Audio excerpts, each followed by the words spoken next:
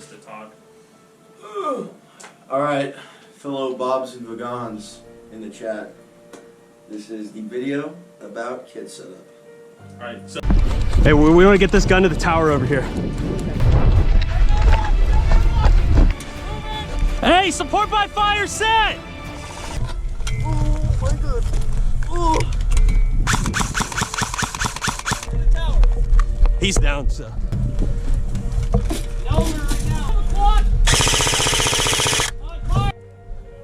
Okay. Out of the wall. Right there. Watch out, watch out, watch out.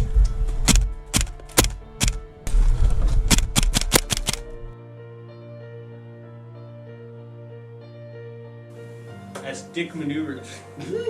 Alright. Alright, hello. Hello everyone! Welcome to Kit Video. Today for our video, we have an overview of kits. I have modular maneuvers with me, which you've seen them in our videos. While we're at Airsoft events, we get questions about our kit. People point out like, hey, that looks cool, but like stuff has a purpose. And a lot of our kits, some parts that we use for Airsoft are just for Airsoft, but most of it, and the majority of it, is what we use for work. We're gonna go top to bottom, guys, with our setups here.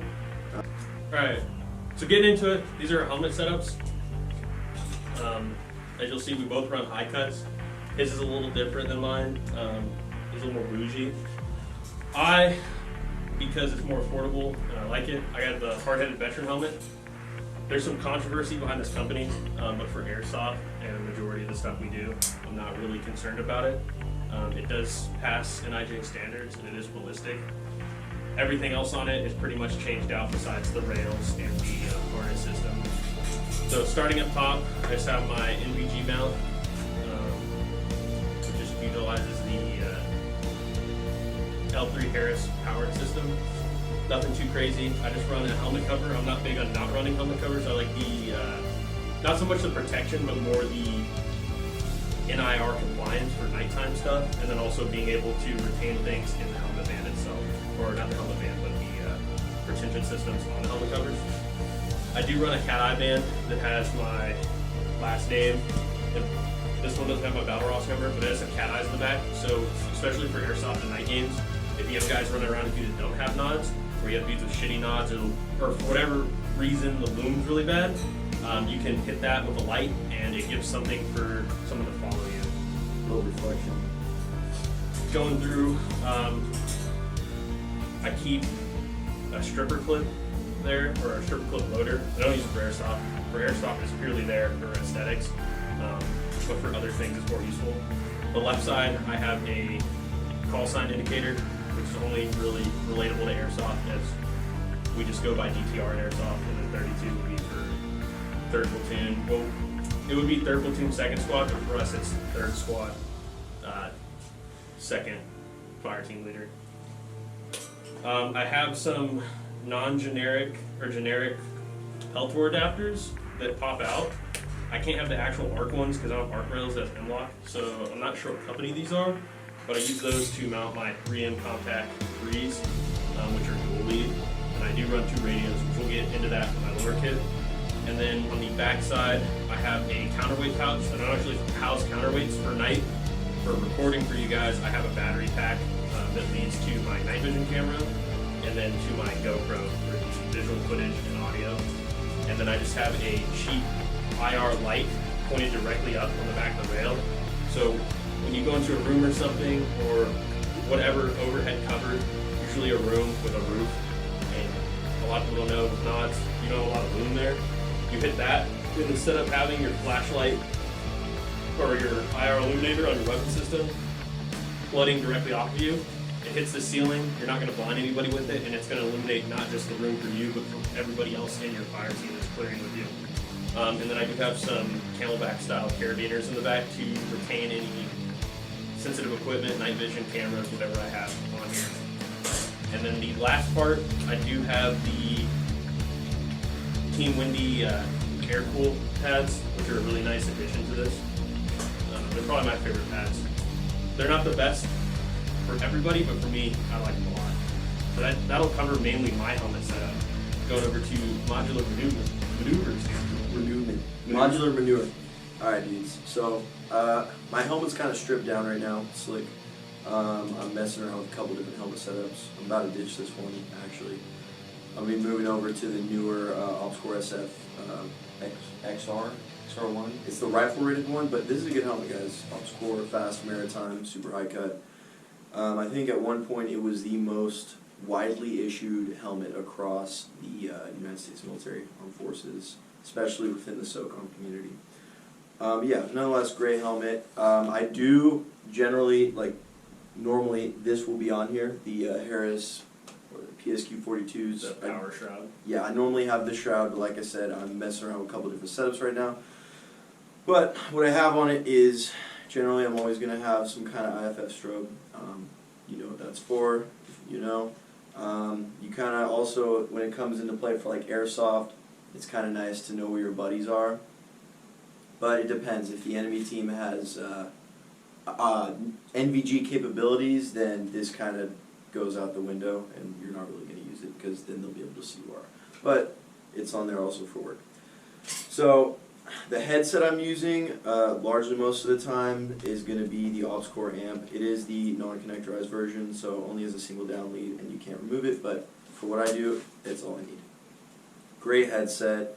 Once you try this, you're really never going to want to go back to anything like the Peltors, but that being said, I personally haven't tried any of the newer Peltors. I only have experience with the older generations 4 and down. But great headset. Peltors are great too. And that's pretty much what I have going on for the helmet. It does what I need it to do. Again, with his IR strobe on the back, the MS-2000, for airsoft relations, for anybody running nods, or if you don't have nods or you're running the dudes with nods, you can know if you have near-peer capabilities. What I mean by near-peer is we run night vision, so the people we're fighting against and the BB Wars also has night vision. That's not something you'll want to run. In certain situations, you could run it still in those scenarios. For example, if you take an objective or whatever, and you're like, hey, I'm trying to mark like this maneuvering element, or I'm trying to mark where we have it, you can just flip it on real quick, and then hey, this is what this beacon's for. For anybody that's near peer, that's on the enemy team, they might see a flashing light, like through their night vision, but other than that, like, they're not going to really know what it means. For other games, like you see a lot of the games we go to, other people don't have nods, and you see me run a strobe on my helmet as well.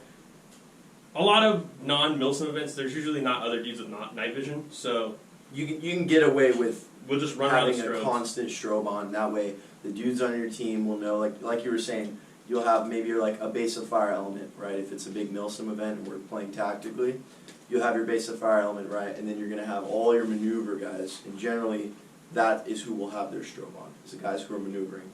And then, you know, you can see them as they come up to the shift fire point, and you know not to fucking shoot them because they're literally running right in front of you. So it's IFF, identification friendly or foe. And this is a pretty old fucking strobe. They have a lot of newer ones. S&S Precision makes a good Mantis strobe, Hellfire. But this works. I don't really need anything more than this. It has obviously it has IR covert, and then it has a overt mode where you pop this this filter off. Kind of like a red lens, but IR. You can pop it off, and then it's just white light. So you can see it during the day, if you're doing like a range or something. But yeah, pretty simple. I would say the advantage to that one as well, compared to some of the other ones, are like the newer, more high-speed, like lower profile ones. They don't have an overt setting, so for whatever reason, like you're not really going to use overt, but if you needed to, you have the option. As well as a lot of the other strobes either A, don't have easily interchangeable batteries, or B, they don't stick to traditional batteries. Like they might use CR123s, which like PEX use and stuff, but I try to stick to AA things because a lot of people carry AA's or AAA's, which is nice about the MS-2000 because it only runs off of 2 AA batteries. Alright. You want me to start this one too? Yeah, we'll do it. So moving down, we have our kit setups. He tries to stick to issued stuff as the base level. I do have a issued with a lot of aftermarket components, not directly issued to me. Cry ABS. I would say this is probably one of the best Army issued plate carriers you can get on the market, and for me, the corset or the frame is like a big point, it distributes the weight, especially when you start throwing in side plates and soft armor. This thing can get kind of heavy, as for like plate carriers go. So starting down, other than the actual frame itself, I do have the high-speed gear gel pads. They're just a nice thing where they kind of keep the vest from sliding up and down as you move. It just grips your shoulders, and then it disperses that weight a little wider. I only run one clip on one side for quick on and off, so I don't have to undo, I only have to undo one side of the cummerbund. I do run a dual comm setup. I have the standard Peltor one, and on this side I have, if anybody doesn't know, the 6-pin for the Peltors. They come, your Peltors, or at least my Contact 2s, or my Contact 3s, only came with one, even though they're dual lead. They're really expensive. They're like, what, $500? No, they're only 2 and 3, but used you can get them cheap. Yeah, you can get them for about that price used. But I only run one, and I usually run some aftermarket side pin. Right here I have set up with the Baofeng. It's like a knockoff. It's essentially just a UV5R inside of a 152 like housing. I like it because it fits in our radio pouches, so I can still use the same setup for Airsoft, and it also it looks better than the little black radios.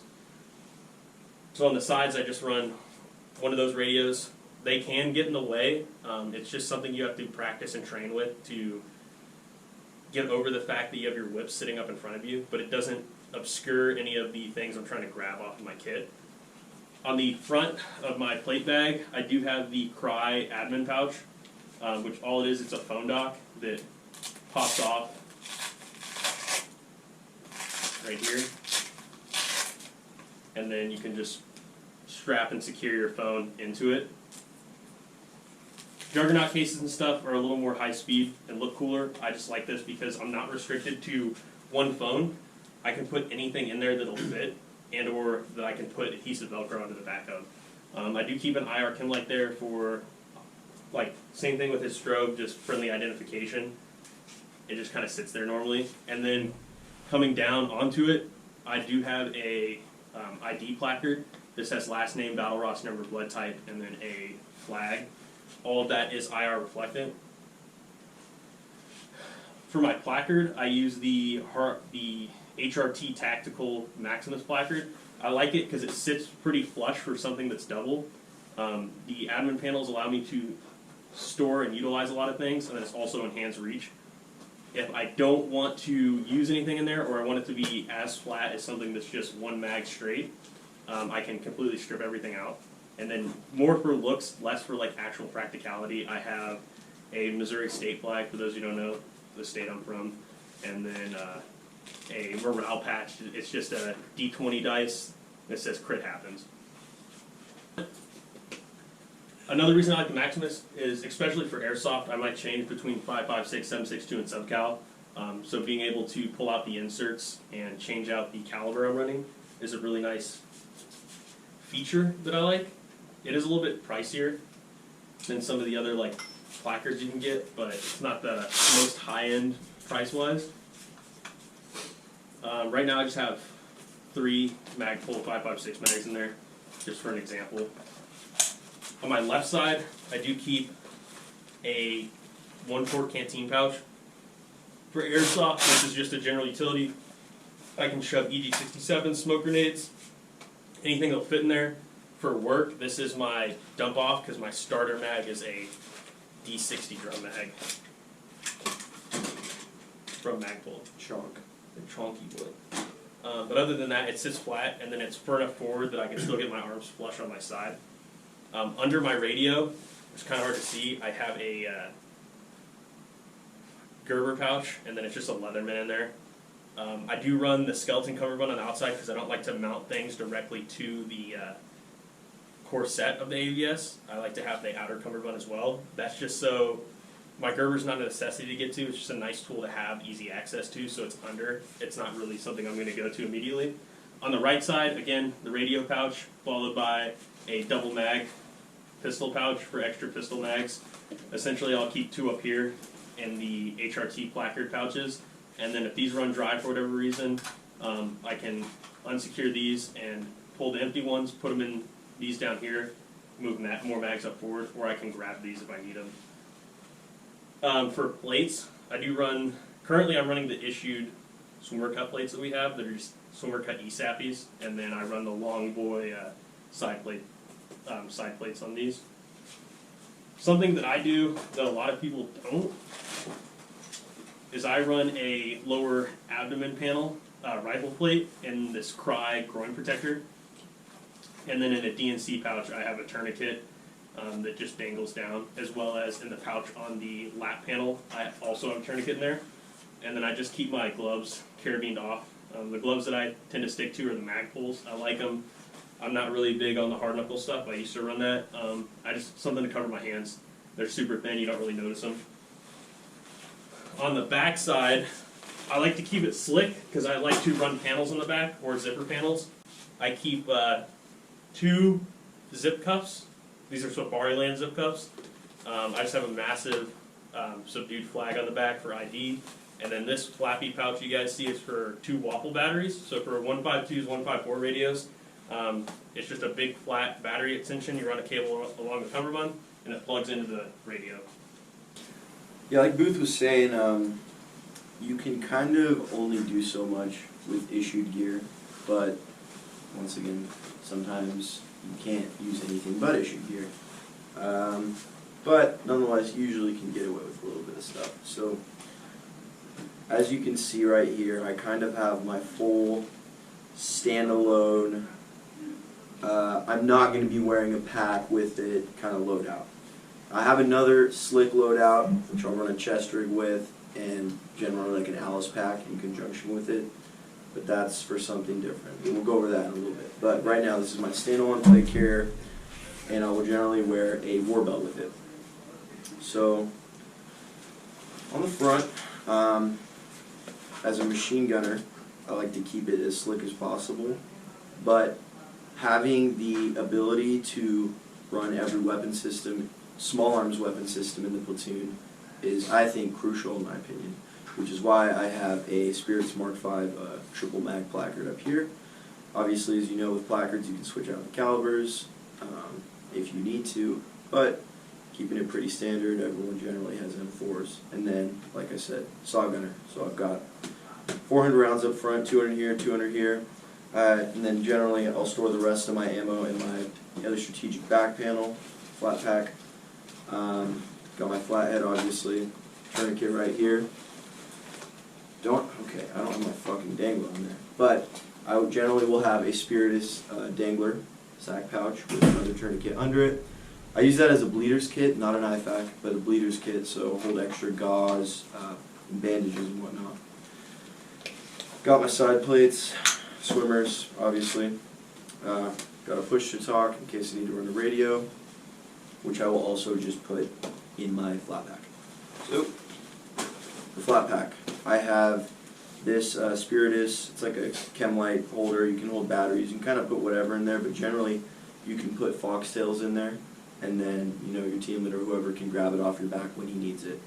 And usually the stuff that you're going to have on your back for a setup like this, you're not going to be the one who's going to access it. It's going to be someone else in your fire team.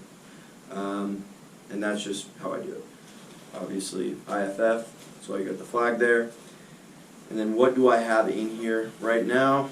I have mainly a plus up on medical, for if other people need extra medical supplies, they can get in here and grab it off me.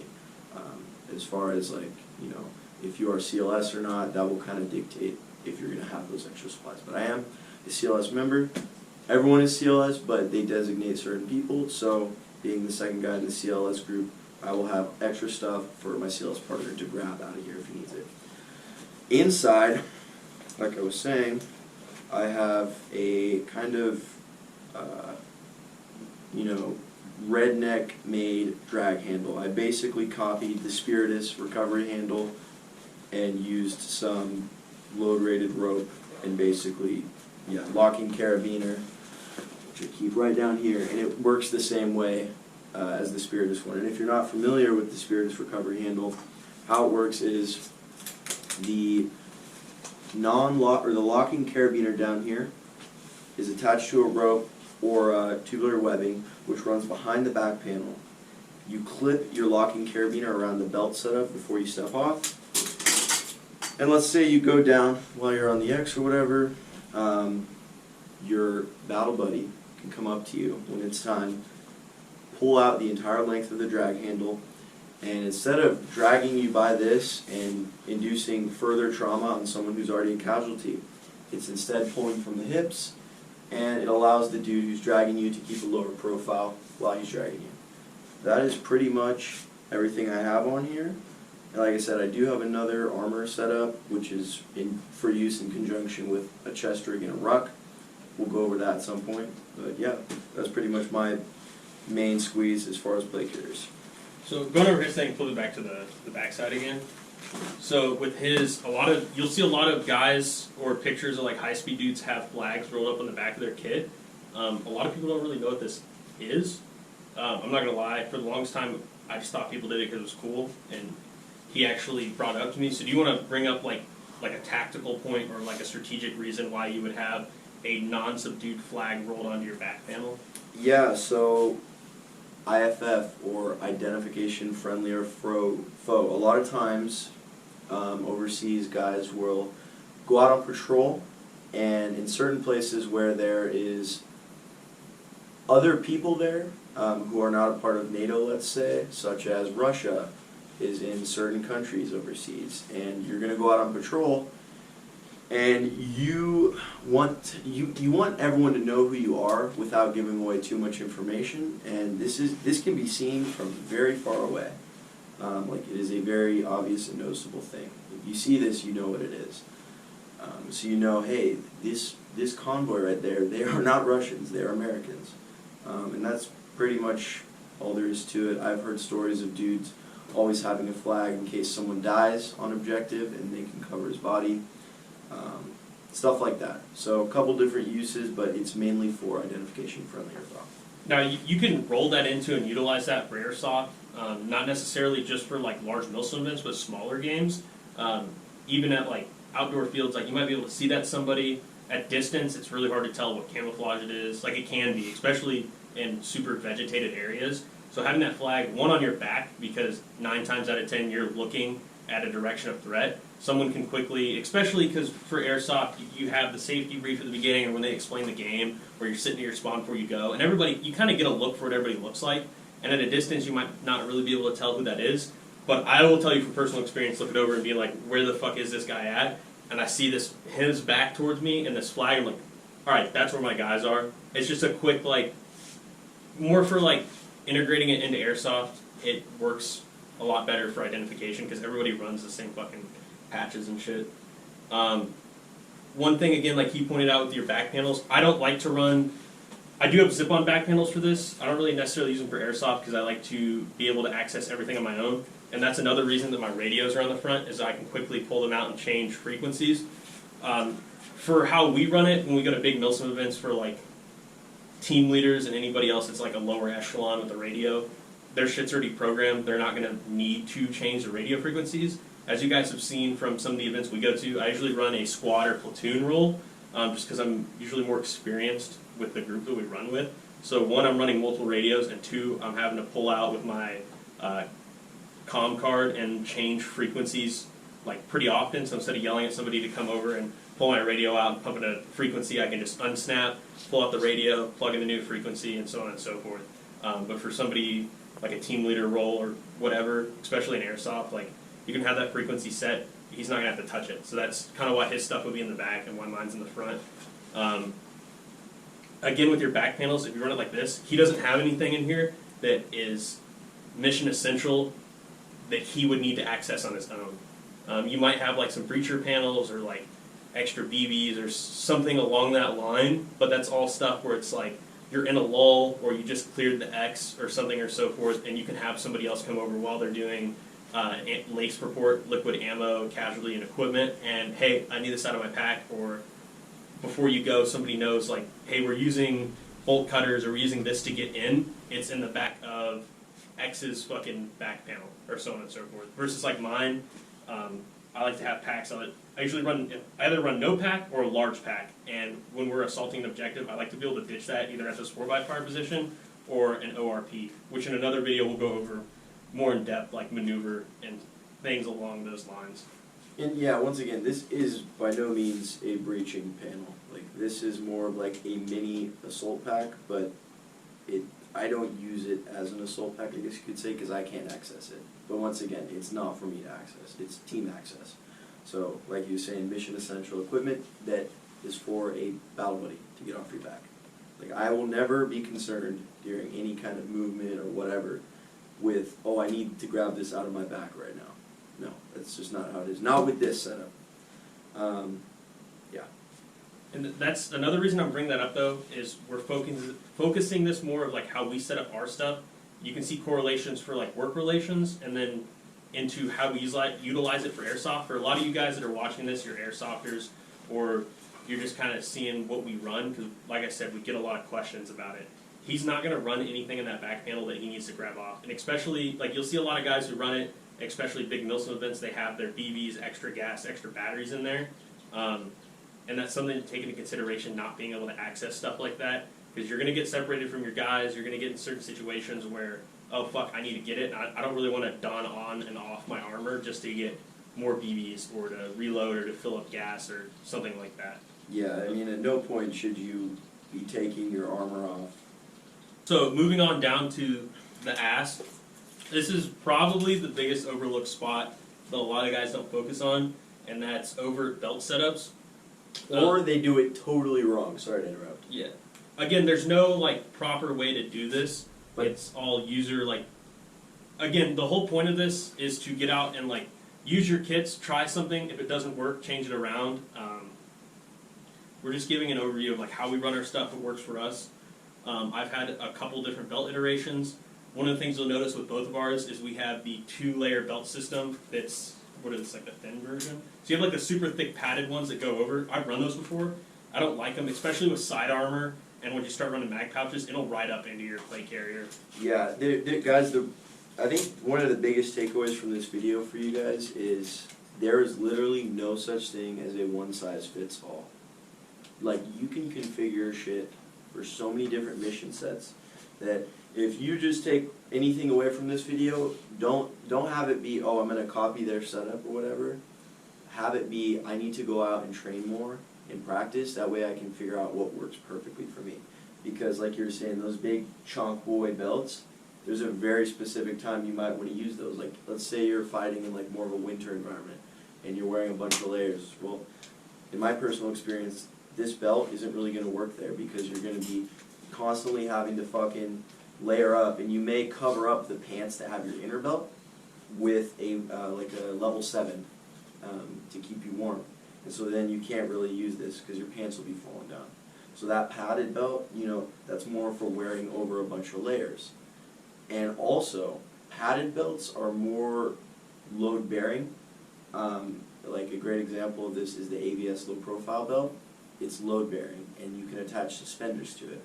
So if you really want to concentrate more of your shit onto your belt, get a belt like that is more comfortable when sitting on your hips. Because I'll tell you from personal experience, and I see dudes do it all the time, they'll load this fucking thing down, like a belt like this, more like an assaulter belt, with so much extra shit, and it isn't comfortable. Like, especially if you're on a long movement, which you really shouldn't even be wearing a belt if you're on a long movement anyways, but it just starts digging into your hips and it's not a good time. So there's a time and a place for belts like these. And again, like he was pointing out with the load, the bigger padded ones are more of like, that's focused towards like if your main, like that's the only thing you're wearing, that's why they make the suspenders and stuff. I load down my belt more than most people do, which kind of contradicts what he said. This works for me, it doesn't work for him and doesn't work for a lot of people. It's one of those things you have to try and move around with. I focus on my belt is my first line. My body armor is just body armor. It keeps all my extra stuff. This is what I'm actually fighting off of. And something you notice with our plate carriers, and kind of like one of the big hit points on this video, is you can have a lot of pouches on your stuff, on your kit, on your belts. It has to have a purpose, and it has to make sense to you. It doesn't have to make sense to the guy next to you, but it's got to make sense to you. And going into that, probably the biggest one I get questions about, especially at work, for not really having a purpose, is my dip can holster. It looks cool. For me, I fucking hate things in my pockets when we're moving and stuff, but I always want dip on me. And as you saw, like I don't have a random pouch on my kit. to throw it on there. This is just a dedicated pouch to have a can of dip, because fuck, nicotine's life. That's why I have it, and I don't use that space anyways. I'm a left-handed shooter, so I have my holster on my left side. The one on top, this is for my concealed carry weapon and the most common pistol you see me use in Airsoft, which is the Elite Force Glock 19X, or my actual carry gun is a Glock 19X. I like the T-Rex arms holster. There's a time and the place for level 3 retention and level 2 retention. This one is straight friction fit, especially for Airsoft. I'm not super concerned with somebody trying to grab my handgun, especially in like a raid scenario. Like, you're going to be essentially engaging every target you see. I'm not worried about someone coming up and grabbing it. For work relations, I also use the same T-Rex arms holster for the M17s. Now, if we're doing stuff that's more like I'm running a checkpoint or like hearts and minds, I will run a stage 3 holster because I want it retained.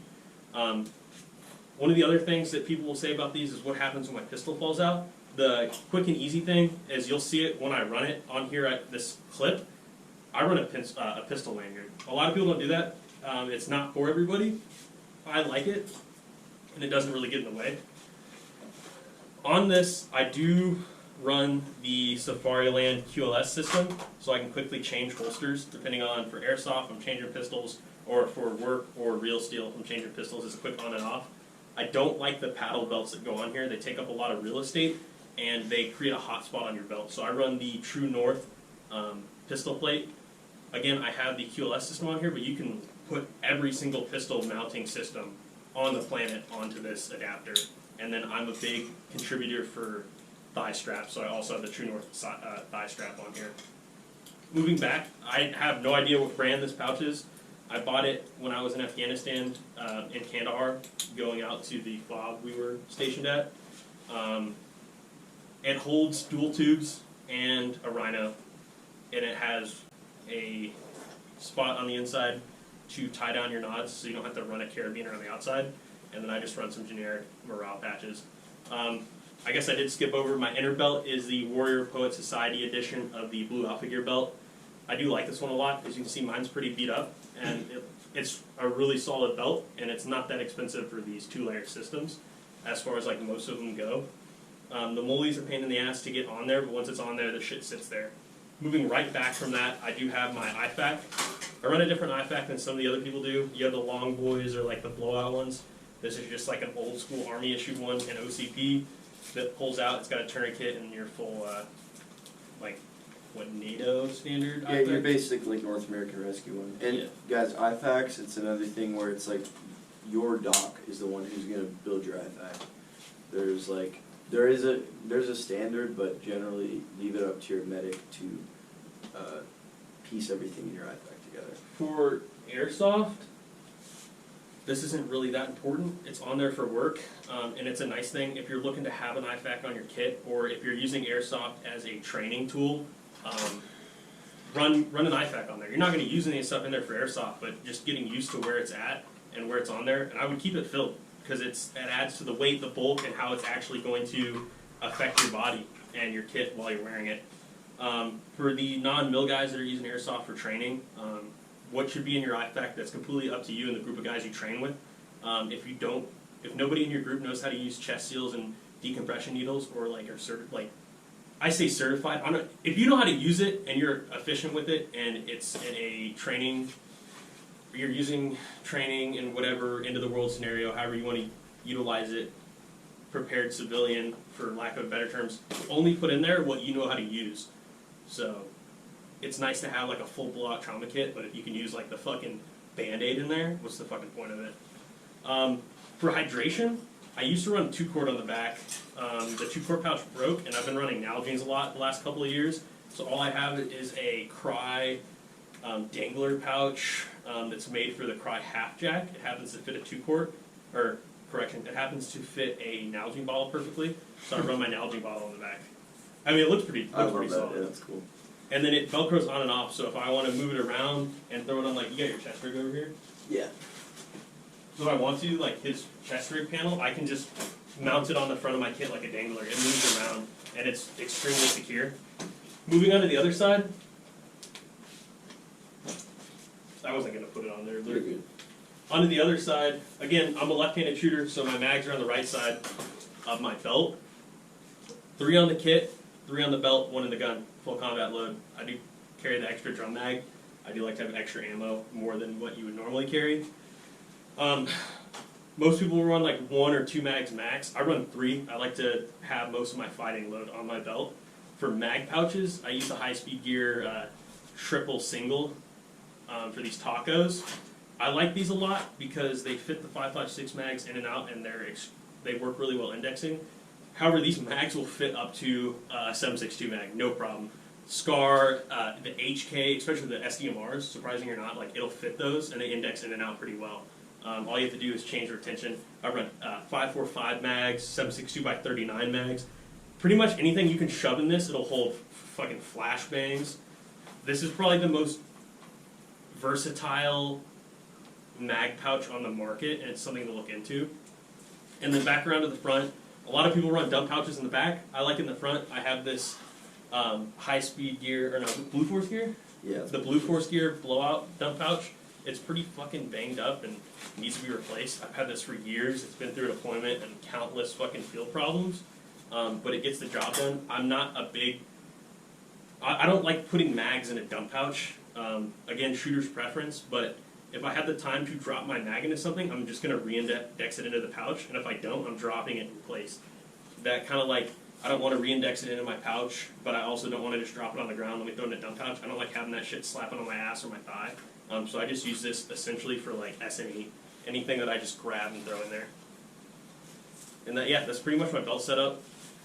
I like it a lot. The biggest thing, like he was saying with that overt belts when we're running level 7s, I have a pad for this, so I don't have to use my inner belt. And the nice thing about some of these belts is they have an easy throw, so you can adjust it. So if I'm wearing a bunch of like my level 7s, and I need to throw more of it out, or I'm running it over my clothes and not on my actual inner belt line, I can just throw it out and clip it over. I haven't had problems with that. Again, some people don't like running it that way. It's just going to have to be like trial and error for you. If it doesn't work, it doesn't work. If it works and you like it, then run it that way. Yeah, alright. So, my belt's pretty simple.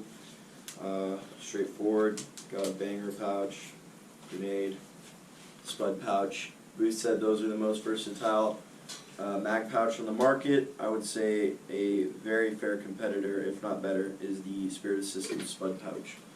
I mean, this thing literally can fit fucking anything. You know, the small Nalgene, a regular water bottle, any kind of fucking grenade, 3 mags, 5.56 mags, can hold the SDMR mags. Like, it can literally hold pretty much anything within this size range. It's completely adjustable. Yeah, the only thing I'm guessing you're going to say is the Kydex part, right? Well, this isn't even the Kydex.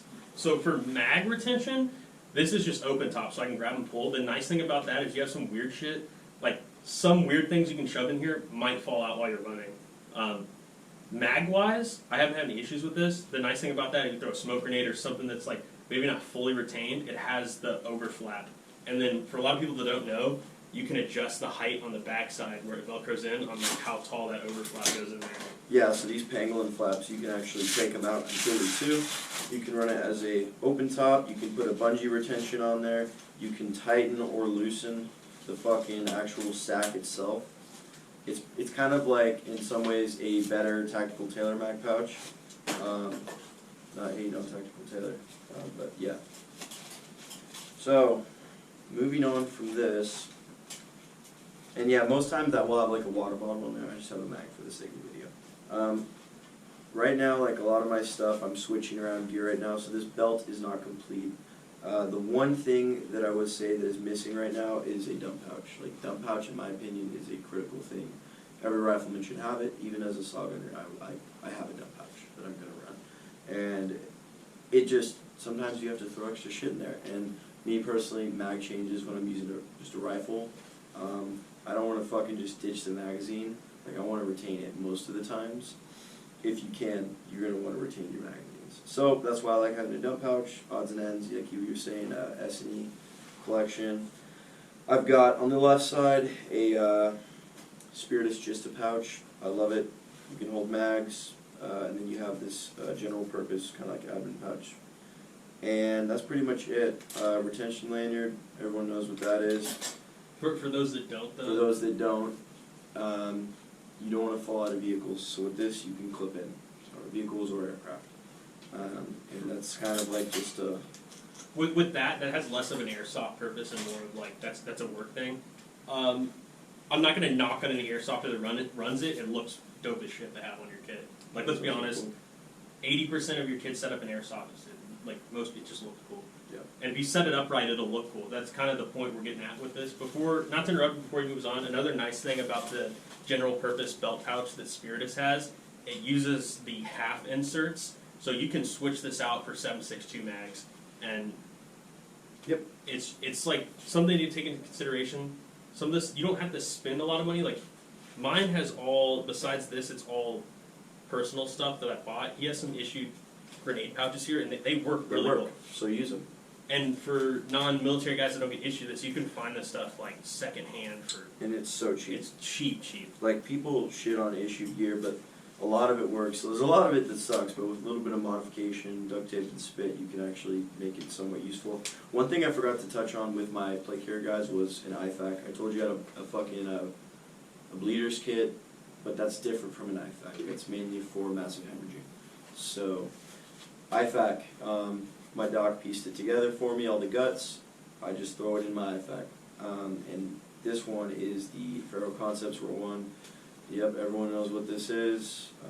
For those that don't. For those that don't, it's made by Faro Concepts, Forward Observations Group, collaboration, Goon Bro, Military High Beast, whatever. It's a great IFAC. I love it because it sits out of the way. You can access it with both hands. It adds a little bit of lower lumbar support. So by that, I mean your plate carrier rides on this, and this can kind of ride on the back of your belt or your hips or like the top of your ass. And it sits there and it props that rear plate up just a little bit more, make it a little bit more comfortable. Yeah, a lot of guys like standard IFACs like this, they do the job. But if you want that creme de la creme, get the Roll 1 because, well, I promise you won't regret it. It's a great plate carrier IFAC. It's a great belt IFAC. You can literally put it on just about every line of equipment that you have. The advantage with that one too, kind of like how I have my Nalgene bottle, is anything that's got Velcro, like his belt, the place on your kit on the front or back where you would put a dangler, you can quickly attach it. He can move it on and off straight onto his like reconnaissance or patrol rig. We hate using the term recce rig. Ricky, bro. We'll get into that one in another video. Most people that have like recce setups, essentially you're talking, when they use the term recce, when we're talking like, that's just like a patrol rig. Yeah, long range patrols. And people will be like, this is my like designated marksman set, recce. Well, that's not what recce is. But, and we'll go into that. So, more of a long range patrol setup, and I didn't really mention this earlier, but the plate carrier I'm using is the modular scalable vest, which is the Army's kind of like new upgrade to the IOTV. I guess it's a good solution to what was a very bulky option. It's not the best. It's a lot better than what has been coming out. In many ways, it is a shitty version, a redhead stepsister or cousin or whatever the fuck the saying is to the Marine Corps' standard issue plate carrier. I don't know why the Army likes to take something that is actually decent and then fucking make it really gay, which they did with the modular scalable vest because it is literally nearly a one-off copy of the Marine Corps' plate carrier, but just worse because they took away some of the only good parts, being that it's placard capable and it has MOLLE on the front and back. On the Marine Corps one, it has all those features. So it has all the good parts. On the Army one, it has none of the good features. But as you can see, I modified mine. I cut that front flap off because it's fucking useless. You can put swift clips on here with your tap system swift clip adapters. Put those on there and you can run a placard. But generally, this is a covert option, so it's made to be worn maybe in something like plainclothes operations, Guardian Angel detail, or like someone who's strictly PSD. Will light infantry guys ever do that? Largely, no. I know it happens, but I've done it before. Yeah, a lot of guys have done it, but the majority won't. So, a way light infantry guys specifically can actually get some value out of this is using it as a completely slit carrier. What I would generally do is I'll move this IFAC roll one, put it back here. And then I will run a chest rig over this. And then I will run a ruck. And it gives you the options. You have scalability basically. So like, let's say you take a hit in the armor. Well, you're probably not going to keep your armor on. Probably going to ditch it. So, because why carry on the extra weight if it's already depleted? So then guess what? You still have your chest rig, you still have your fighting load, and you still have your ruck. But it's all like very specific, nilly-willy, like what is your mission set? Like for some guys, they're never going to need that kind of setup, and they'll just need like a one standalone plate carrier that has everything they need. Some guys, that's their thing, one range patrols. But in the light infantry, that is like a lot of what we do. So it is good to have the option. Because like we were saying, not one plate carrier does everything. So yeah. So in closing, mostly like the purpose of videos, we get a lot of questions about our kit, or like some people are like, oh, their kits are set up like that, you know, you can tell because they're in the military. I mean, that's part of it, but it's all about like running and taking pride in how you have it set up and just moving around and adjusting it. For like Airsoft is a training value, one of the biggest things is actually getting out and running around in your kit with plates in. If you run it around, like that's essentially just like dry fire, like reloads and stuff, like seeing what works for you, having that actual adrenaline on like a 4-on-4 scale of actually utilizing your kit, and like, or even some of the bigger events where you're like moving under load or just moving with your kit, like realizing how it affects your body or what fatigues you. A lot of the stuff for like hot spots and things on your belt and your kit, like Airsoft can be a big tool. And even for the guys that are just watching this video because you like Airsoft and you like having kits that look nice and setting them up, again, like he said, don't just copy what we have, but if you're trying to make it look real, it comes down to shooter preference. So whatever works for you and how you set it up can look real. That's real. That's what real is it works for you. Every little inch, every little detail on there is tailored specifically to you. Like, you know it like the back of your fucking own nutsack. That's what real is. Like, there's a lot of cloners and like, you know, some dudes who just copy what, oh, okay, I see Rangers do this, or, you know, this is my 2010 crit loadout. Like, no, that's cool. Maybe that's your hobby, but if you're someone who's a concerned civilian and you train and you want to be prepared and you want to be a civilian 11 Bravo, 0311, whatever, then fucking tailor your kit to yourself and your role within your little group. Reps. Get constant reps. Go train. Wear your kit. You'll figure out what the hot spots are and you'll start to tailor it to yourself more. So. Yeah. Without further ado though, don't forget to click on one of the videos up here if you guys want to see some gameplay going into it. We'll have some more videos coming out through the next months, like here and there, about like implementing tactics into Airsoft and within the limitations of the war game, and how you pull as much training value out of it as you can. At the end of the day, you're trying to have fun, and Airsoft is a lot of fun. For us, utilizing it as a training tool is how we have fun with it, and actually just like getting out there and playing. Yeah. A good quote I've heard from a YouTuber is, it's okay to have fun. Like, I know sometimes it seems all serious or whatever, like, whatever, you know, I'm doing blah, blah, blah, you're the train. Yeah, alright, that's true, but like, we're also out there just to have fun. Like, everyone is the same. A lot of it, we're all just dudes who want to go fucking shoot each other on the weekends. And if you like to, like, there's nothing wrong if you're a guy who likes to go out and you don't want to run a plate carrier, you want to have the speed softer set up, like, we're not hating on that. Like, go out and play with us. I mean, it's just more like training value for us, different people running it out. If you don't want to use it as training for them, don't hate on the guys who do. Yeah, that's a big Now, there's nothing wrong with, like, there are some real douche canoes that go out and like, oh yeah, I'm doing this to like, this is my, I'm only doing this because I have like 1,000 hours of fire range. I'm an edgelord civilian militia war tribe leader.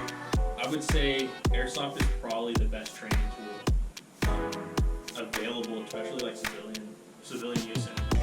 And we're beating a dead horse with a stick, essentially, because Grand Thumb and all the other like, big YouTubers covered a lot.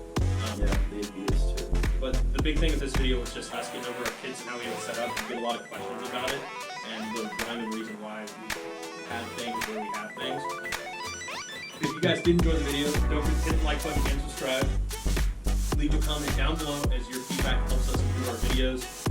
Starting after this video, we're going to go to 1 video a month. I'm not going to be able to upload for quite a while, so we have pre-edited videos coming out for you guys to look at. So there won't be any gameplay, and I apologize about that, but to keep you guys fresh and updated, kind of seeing what we got going on. We'll have more videos like this. If there's something else you guys want us to cover, feel free to leave a comment down below. Do you have any closing points for us? Yeah. We're all just dudes who want to go out and have fun. So don't take yourself so seriously. Live, laugh, love. Until next time, guys.